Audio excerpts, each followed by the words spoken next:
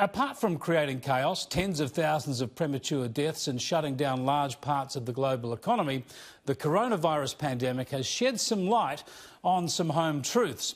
One is the evil deceptions of the Chinese communist regime. The way Beijing silenced and intimidated the early medical whistleblowers in Wuhan, the way it denied the virus, ignored the repercussions and deceived the world about a threat that was coming its way was deplorable. And who do you think was right there at Beijing's side, helping with the deception, giving precisely the wrong message to the rest of the world?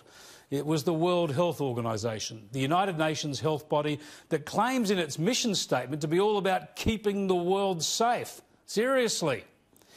The WHO boss, Tedros Adhanom, went to Beijing in late January, supposedly on a fact-finding mission, but for all the world it looked like he was bowing at the feet of Xi Jinping.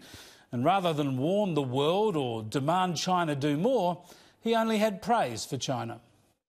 And the other important element is the political commitment and your personal leadership, which we have been following, and also your team, which will help to stop this virus. Now, this was a crucial time. This is when people were travelling freely between Wuhan and Italy, Wuhan and Iran, and other parts of the world. This is when the coronavirus was spreading globally. But when the WHO boss got back to headquarters, have a look at what he had to say. The Chinese government is to be congratulated for the extraordinary measures it has taken to contain the outbreak. Despite the severe social and economic impact those measures are having on the Chinese people, we would have seen many more cases outside China by now, and probably deaths, if it were not for the government's efforts and the progress they have made to protect their own people and the people of the world. Yeah, all hail to Beijing, hey? Apparently the Chinese communists were doing us all a favour.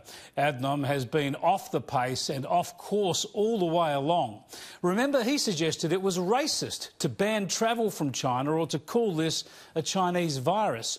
And here he was in late January, after Australia had stopped flights from Wuhan, and while we and a number of other countries were about to ban travel from China, here was the WHO saying it would be wrong to restrict travel. There is no reason for measures that unnecessarily interfere with international travel and trade. Remember, as I said, the WHO claims its mission is to keep the world safe.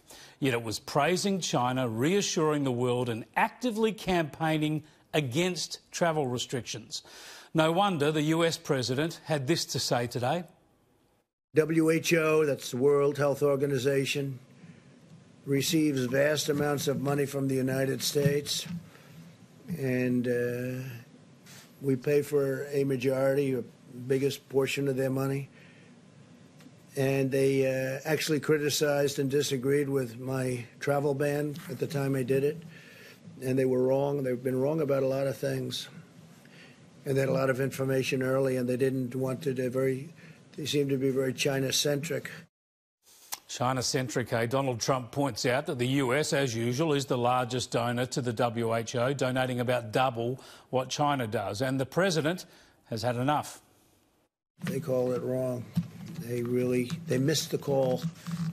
They could have called it months earlier. They would have known. And they should have known. And they probably did know. So we'll be looking into that very carefully. And we're going to put a hold on money spent to the WHO. We're going to put a very powerful hold on it, and we're going to see. It's a great thing if it works, but when they call every shot wrong, that's no good. Yeah, it's a little more than a distraction in some ways now, because the US, like every other country, is having to deal with this crisis on its own.